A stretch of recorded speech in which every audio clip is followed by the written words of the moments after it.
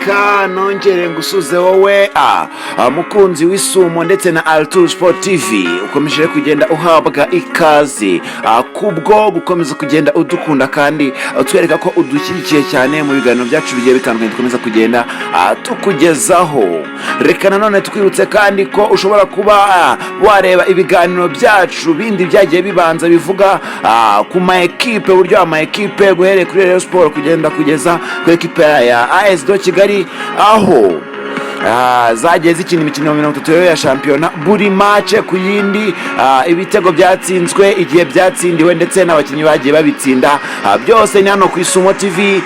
Cyangwa gushishikariza no komeza kugenda ubana natwe ureba match ku yindi hano ku Isumo TV, niho uzagenda ubona rero byinshi bitandukanye. Nazugurutse ko tuba dufite channel yacu ya kabiri ya Altur Sport TV, ukomeza kugendaho urebaho ko update cyangwa se amakuru agezweho y'imikino. Byose rero ni hano ku Isumo TV ndetse na Tuesday Sport TV, ukomeza kugenda urebaho amakuru y'imikino agiye atandukanye.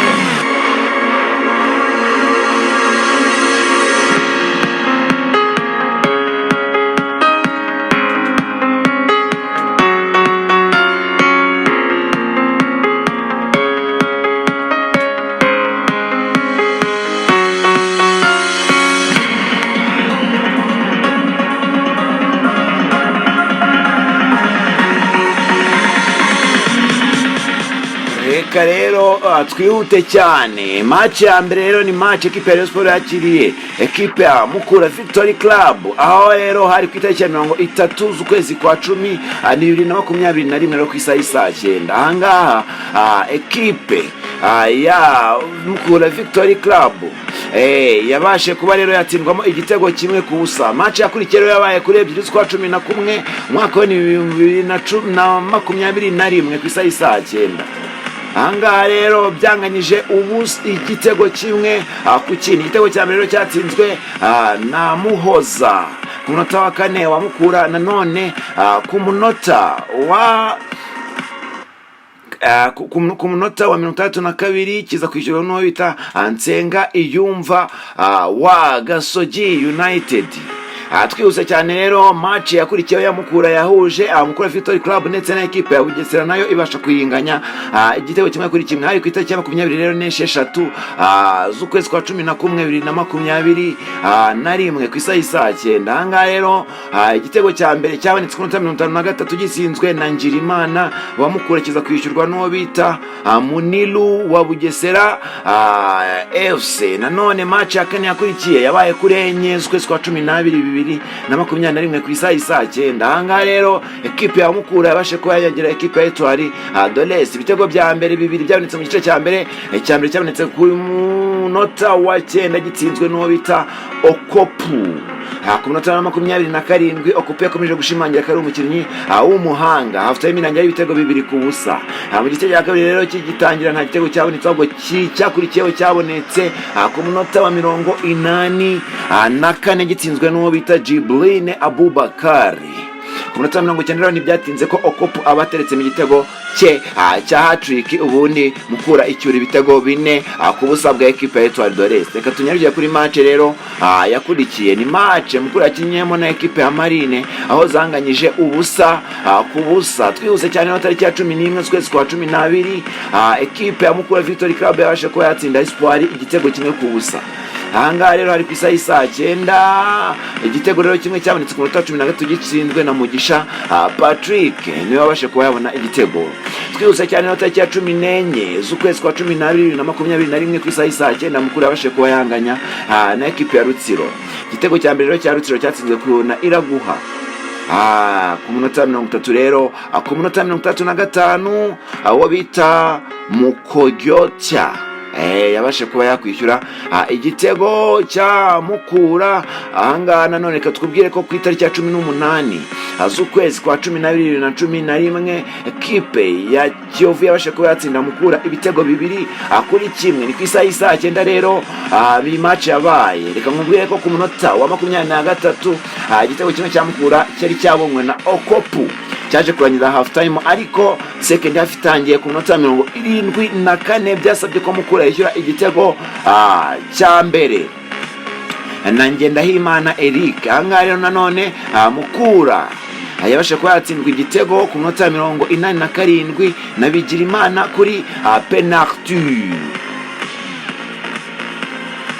Reka twihute cyane rero kuri match yakurikiye. Ni match l'equipe ya Mukura Victory Club yabashe kuba yatsinda Gorilla FC. Ako igitego rero cyabonetse ku munota wa 8 kibonwe na Nyarugabo. Ahangaha rero ni hari kuri tariki 22 z'ukwezi kwa 12 2021 ku isaha y'isa 6 n'igice. Igitego rero mbibutse ko aricyo cyasoje uyu mukino. Nanone katunyarukire kuri match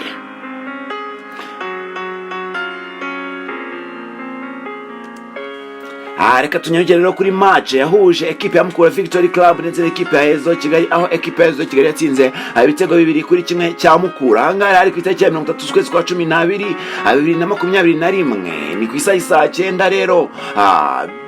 Iyi match yabaye hari kuri Stade Regional y'Inyamirambo. Ikamubwira ko ku munota wa 43 wo bita Hussein Chabalala Shabani yarabashe kuba yaterekamo igitego kimwe cya Mukura. Bitatinze cyane ko ku munota wa 58 Hussein Shabani Chabalala yaramaze kuba yaterekamo igitego cya kabiri cya ekipe ya AS Kigali. Nanone wo bita Cedric ku munota 73 nibwo yishyuriye ekipe ya Mukura Victory Club, abasha kuba yabona nawe igitego kimwe cy'impozamarira cya Mukura Victory Club. Reka twihute cyane ku itariki ya 17 z'ukwa mbere ekipe ya Mukura yabashe kuba yatsindwamo igitego kimwe ku busa na ekipe ya AS ya Police FC Mbabarire. Ahangaha rero hari ku isaha y'isa 9 mu mwaka wa 2022. Igitego rero cya Police FC cyatsinzwe ku munota wa 39 gishimwe na Ndayishimiye Antoine Dominique niwe wabashe kuba yaterekamo iki gitego. Reka twihute cyane rero Mukura yabashe kuba yakubitana na Gicumbi, aho zanganyije igitego kimwe kuri kimwe ku itariki ya 20 z'ukwa mbere 2022 ku isaha y'isa 9 zuzuye. Aho ngaho igitego rero cya Mukura cyabashe kuba cyabonwa mu gice cya mbere ku munota 30 na Mugisha Patrick. Cyagiye gushyikirwa rero na Mugisha nanone wa Gicumbi. Ahangaha rero yabashe kuba yatsinda mo ikino gitego ku munota wa 49.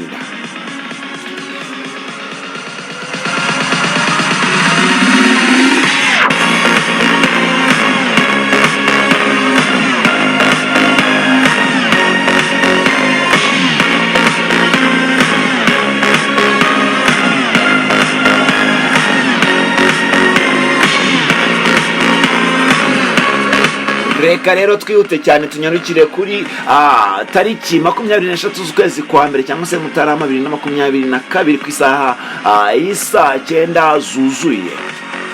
Naho Mukura rero yatinzemo ibitego 3 kuri 2 bya ekipe ya Musanze FC. Ahangaha rero igitego cya Musanze FC cyabonetse no Osenbi yakibonye ku munota 34 kuri penalty. Iki gitego rero nicyo cyarangije half time. Nanone ku munota 62 byari bihagije ko Mukura yishyura igitego uwo bita Muhoza abasha kuba yaterekamo igitego cya mbere cya Mukura. Bitatinze cyane ko ku munota 65 Jibril Abubakar yarateretse igitego cya kabiri cya Mukura Victory Club. Nanone kankubwire ko ku munota 75 uwo bita Mugisha Patrick yarabashe kuba yaterekamo igitego cya gatatu. Nanone ntibyatinze cyane ko uwo bita Kwizera wa Musanze FC rero yabashe kuba yaterekamo igitego ku munota 89. Biba rero ibitego 2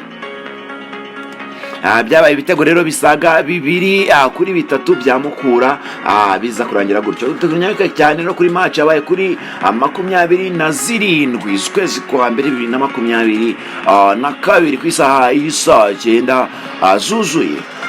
Ekipe ya Mukura rero yabonye igitego kimwe muri Etincelle FC, cyabonetse kuri munota wa 8 w'umukino gitsinzwe na Mugisha Patrick. Nanone katunyaruke cyane ko Mukura isakirana na ekipe ya APR FC ku itariki ya mbere z'ukwezi kwa kabiri cyase Gashyantare 2022 ku isaha y'isa 9.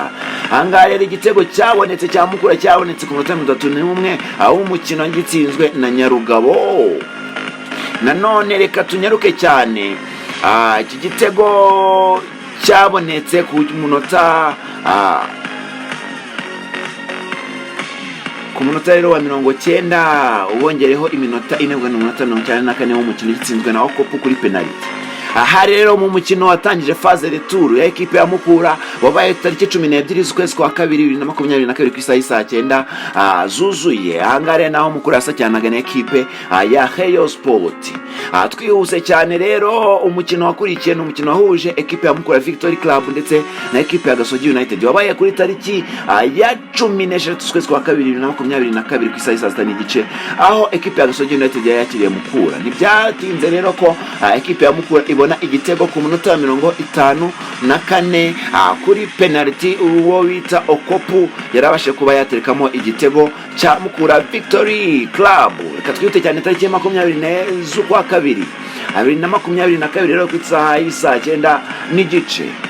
Igitego kimwe kusa cyagerageje ko Mukura igitsinda Marine ari ku munota wa 38 w'umukino uwo bita Habamahoro Vincent yarabashe kuba yaterekamo igitego cya Mukura. Ikatwite cyane rero tariki nanone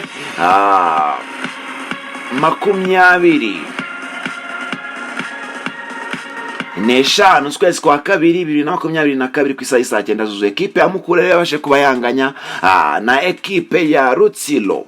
Anga rero ikamwibutse ko ku munota wa mbere uwo bita Muhoza wa Mukura yabashe kuba yaterekamo igitego nacyo cyasoje half time. Ku munota rero wa 70 uwo bita Shukuru wa Rutsiro yarabashe kuba yakwishyura igitego, ndetse akambibutse ko ekarita y'umutuku yabonwe na Kamanzi yari ikarita y'umuhondo ya kabiri yarahawe ku munota wa 87 w'umukino wari uri guhuza iyi ekipe ya Mukura ndetse na ekipe ya Rutsiro. Reka nihute cyane nyarukire kuri match abaye ku wa 5 kwezi kwa 3 2022 ku isaha y'isa 9. Ekipe ya Mukura yabashe gutsindamo ibitego 2-0 bwa Bugesera. Ni ibitego byabonetse mu gice cya mbere. Igitego cya mbere cyabonetse ku munota wa 11 na Okopu kuri penalty ndetse na Adams ku munota wa 40.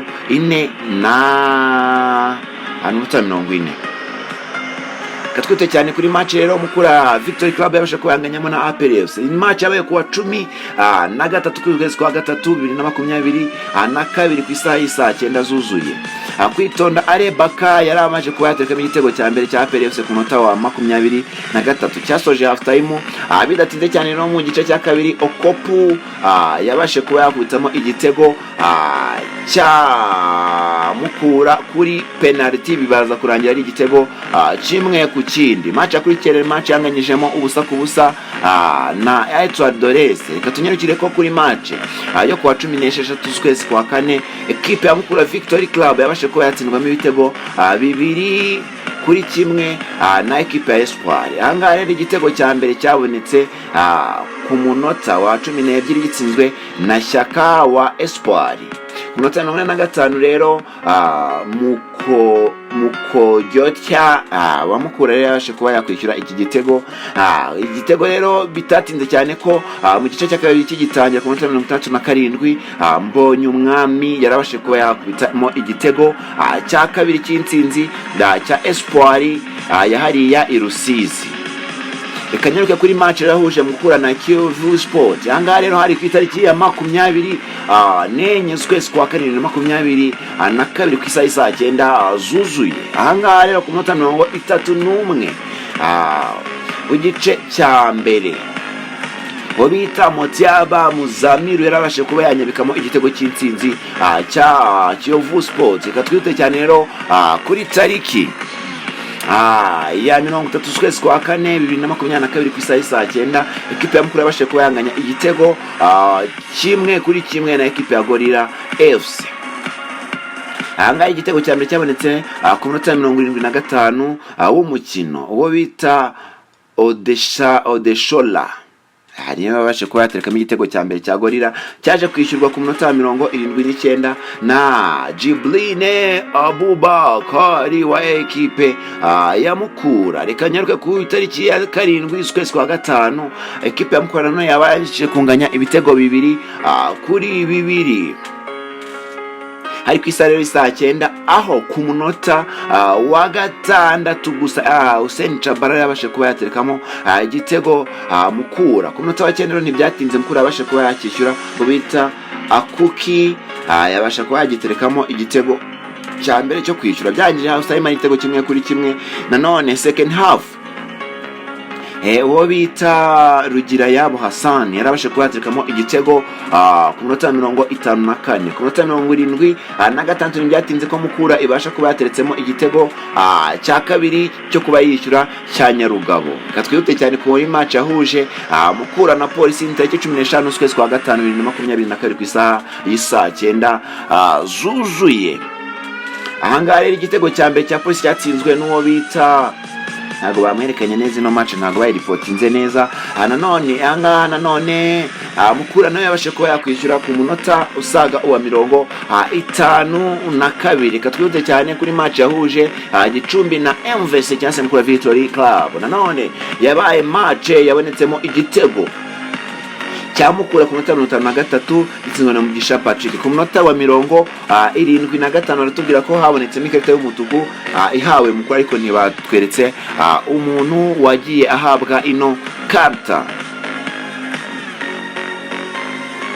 Reka rero twihute cyane kuri match y'umukino ubanziriza uwa nyuma wa igice cya kabiri cya shampiyona cyangwa se phase retour ya shampiyona. Ni match yahuje rero Musanze FC na ekipe ya Mukura Victory Club. Byari ku wa 13 z'ukwezi kwa gatandatu 2022 na kari ku saa 9 zuzuye. Hari Musanze rero Mukura ntiyabashe kuba yahivana ko ku minota 90 uwo bita Engua wa Musanze yabashe kuba yayiterekamo igitego.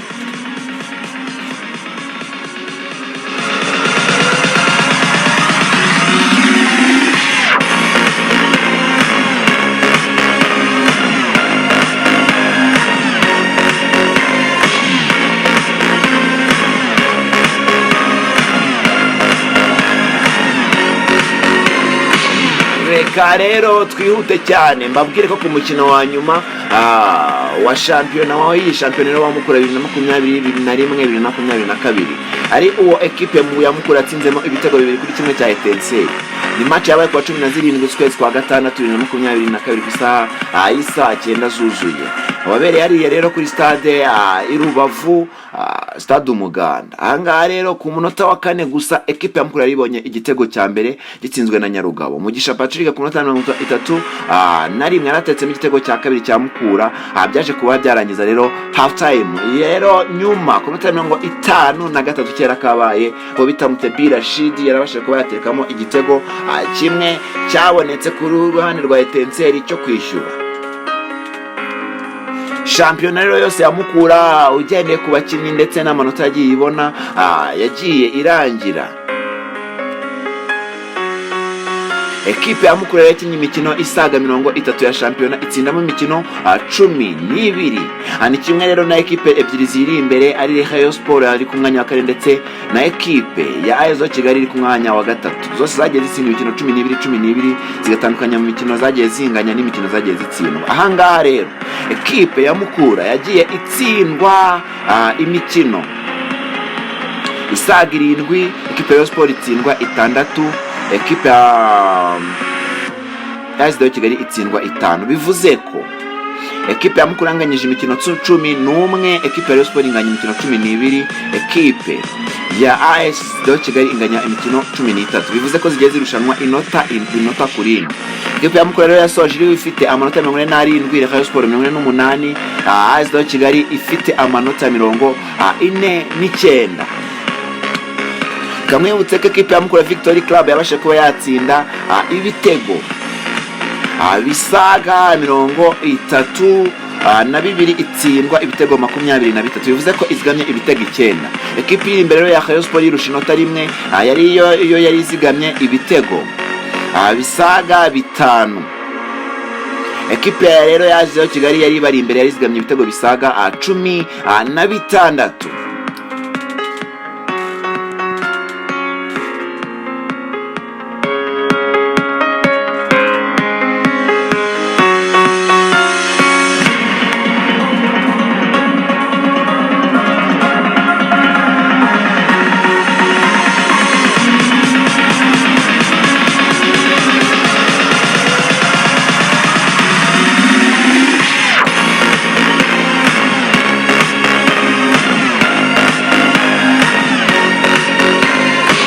Rero twihuse cyane no twakomeza kugenda dushimira mwese mwakomeje kugenda mukurikirana ikiganiro cyacu.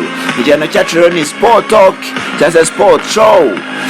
Sport Show ni hariya kuri Altu Sport TV, Sport Show ni hano kuri Isumo TV.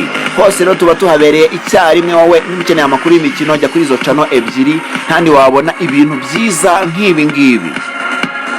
Reka twibutse ko kandi rero kugira ngo ukomeze kugenda ubana natwe mu biganiro bitandukanye wakanda subscribe. Nimba ukanze ahantu handitse subscribe bahita gusaba unsubscribe ntuyemere. Reka tukubwire ko nanone ushobora kuba wagenda ubana natwe duhamagaye kuri 078 7288381 tukagenda tuguha amakuru box cyangwa se utubaza igihe uduha n'icyifuzo cyawe. Byose rero hano ku Isumo TV ndetse na Altu Sport TV ukagenda umera neza cyane.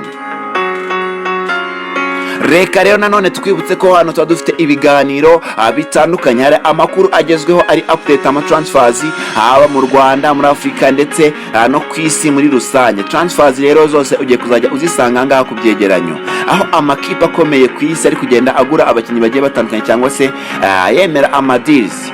Byose rero ni hano kuri Altu Sport TV ndetse na Isumo TV ukagenda wibana natwe. Duhe like nimba wabikunze cyangwa se uduhe comment, udubwire commentaire yawe y'ukuntu kugenda ubona ibiganiro byacu bigenda bikugeraho, ubundi ubashe kugenda unogerwa n'amakuru agiye adasanzwe. Reba ibiganiro byagiye bibanza bivuga ku makipe nka Rayon Sport, APR FC, Kiyovu Sport ndetse na AS Kigali, ubashe kuba wamenya uko zagiye zisoza shampiyona n'abakinnyi bagiye bazitsindira ibitego. Byose ni hano ku Isumo TV ndetse na Altu Sport TV ukagenda umera neza cyane. Imana akomeze kugenda rero abana nawe.